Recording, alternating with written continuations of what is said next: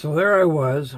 I discovered that there was an energy field forming over these wings, but it brought me into a very awkward time as a researcher, where you spend weeks just staring into empty space here trying to figure out what in the world, trying to concoct some experiment.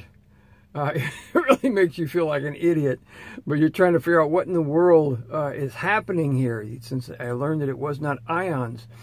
And then I thought, well, what if I tried bigger set of wings? Would that create a larger field? So I made a larger set of wings, and it did not change the field itself. Then I thought, well, what if I made the wings out of a different material? So I made them out of fender washers, and the field was the same size, but with the fender washers, it was 1 to 2 feet above the wings, where this one is 1 to 2 inches above the wings. And then I thought, well, how does it work possibly in combination with other wings? Because a bug will lift its elytron and then flap its wings. So I made a device for testing a combination of wings and didn't see anything there. I was not able to test if the top wing was stationary and the bottom wing was fluctuating in and out of that 45 degree. I was not able to replicate that. Mechanically, I couldn't figure out how to do that, but I'm assuming that it doesn't make any difference, but I'm not sure on that. But when I did the testing, I did also validate again that it was that 45 degree that was from dead center here, or 45 degree pitch to the side where the two wings were going. So that was confirmation of that. But one of the other things that was weird about the discovery was I started making more of these. And what I discovered was that, like, if I had 3 of these out, only 1 would activate. And I thought, well, why is this? I've got 3 of them out, only 1 is activating. And then I thought, well, maybe let's try this composition thing. So I put some masking tape on them, and then I could get 2 of them to fire up. I put masking tape on 1, and between that one and this one, both would fire because the one had a different composition. And here was something that went really awkward. Was I actually, changing, using one with electrical tape, one with masking tape. I was able to get 3 to fire.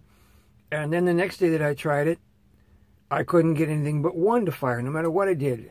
And it was weird because it was like it was changing. Something was changing in what I could get to fire and what I couldn't get to fire. And that was really frustrating because there was no rhyme or reason as to why I could get one day, I could get 3 of them to fire, and the next day only 1 would fire. So I'm working on that particular issue. And one day I'm in my truck, and I'm a long distance away from home. And I got out some of the pieces that I had in the truck and was testing them, and I couldn't get anything to fire. So I couldn't get anything to fire, and I thought, what's going on here? And I thought, well, I knew that when these would fire, there would actually be a trail between the wing energy and myself. It would actually create a trail that I could pick up in the air. So as I tested the wings in my truck, and I couldn't get anything to fire, I thought, wait a minute. Am I being tracked by one of the devices at home? And so I started checking the air around myself, and sure enough, I found a trail. Now, I'm a long distance, I would guess, probably 1,000 miles away from the house.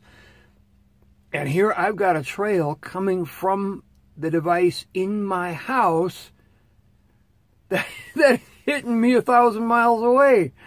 It's like, oh, this is crazy. So I tracked it. I could track it out the windows of the truck. And I was parked when I was doing this. Tracked it out the windows of the truck. And it was heading off toward the general direction of where my house was. And I thought, well, let me just follow this. So I got out of my truck, and I held the thing in front of me. I held my pendulum in front of me and started following the trail. And it was taking me toward a building. And I thought, well, the tracking field will go, above buildings and around trees and over hills and stuff as it does its tracking. So I expected that this field would also go over the building and onto my house. But to my surprise, it didn't. It was actually heading right toward the building. So I walked, and fortunately no one was around. It was at night, and I walked toward the building. It was coming through the windows of the building. And I looked inside the windows, and it was a big warehouse, like a 2-story warehouse, but there were windows on the other side. This energy field was going through the windows of the warehouse in one end and out the other, and then through the windows of my truck and getting to me. And I thought, well, this is weird, because it's like it's wanting to go through glass, whereas the tracking field will avoid the negative ion charge. It will go over or around things. It does not like to go through windows. This one wants to go through windows. And I tested it at other times, and I noticed a strange deviation, because if my house was here, one day I tested it, and my house is up here, I'm down here, and this field is coming to me from this direction up here. And I thought, well, you know what's over here? There's an interstate, and there's a big major city up here. So my house is over here. It appears to me that the field was coming toward the big city, going through the glass of the buildings, and then coming down through the glass of the vehicles on the interstate to get to me. I thought, this crazy energy likes to go through glass. And I did some experimentations with fiber optic lines, and one of the unusual things about this energy field was when I used a straight fiber optic line that was about 3 feet long, it had a velocity to it when it came out, because as I said, that the energy would want to turn and come toward me. If I do it through a shorter field, or a shorter fiberglass, or a shorter fiber optic line, it will go out and then turn around and come to me. But if I use that longer fiber optic line, it went like 3, 4, 5 feet out, and then it would turn around and come to me, which said to me that this was gaining velocity through the fiber optic lines, which is not normal light. Normal light has a common standard velocity. This appears to pick up velocity as it goes through glass or fiber optic lines. So back to that day, I'm in my truck. I can't get these devices to fire up. I found out there's a trail. This one from home is tracking me. And I thought, well, my wife is home, so let's do an experiment here. So I checked the air. I checked the devices. The devices will not fire. This device is tracking me from the house. It's going through the buildings. It's being all goofy.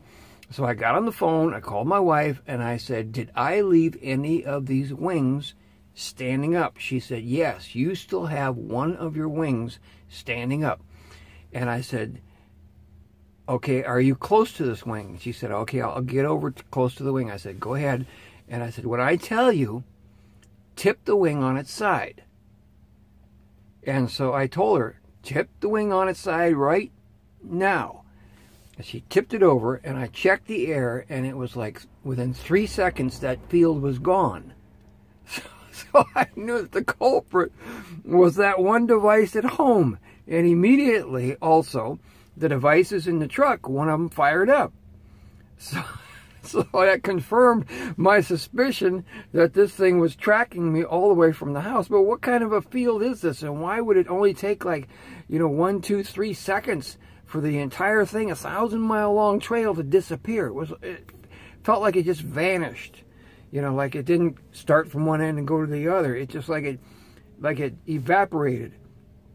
Strange.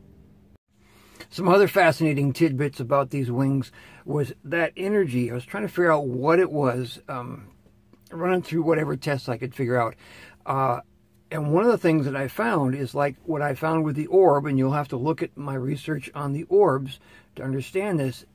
If I have the orb and I'm testing the positive ion charge within it, and I say yes, yes, yes, or bless you, bless you, bless you, the positive ion charge within the orb will increase.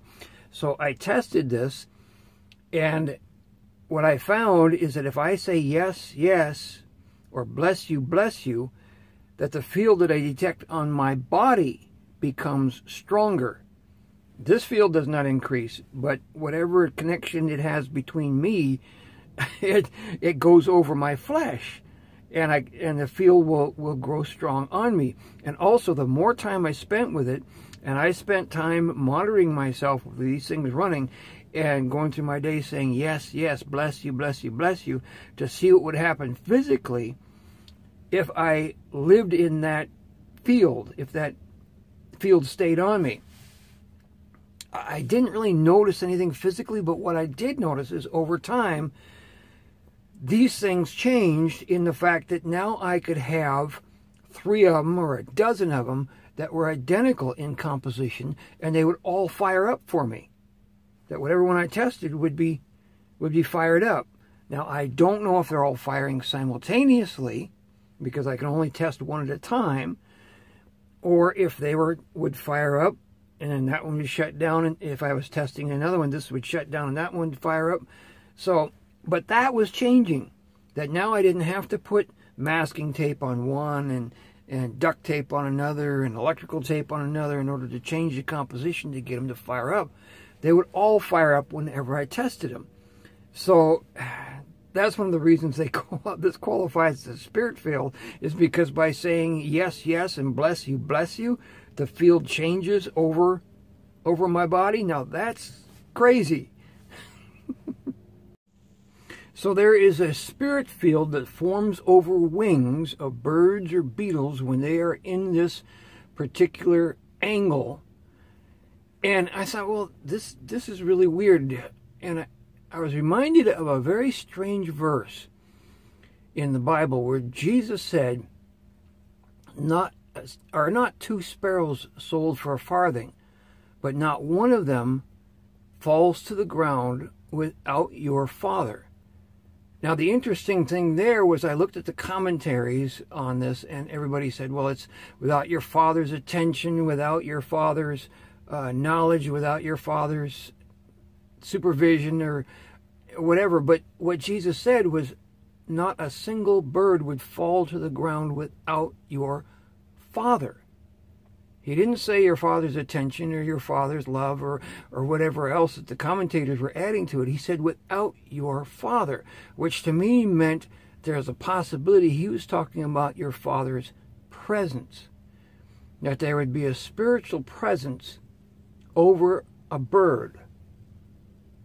And I thought, well, that's what I'm finding. There's a spirit field over these wings. Which brings up another issue.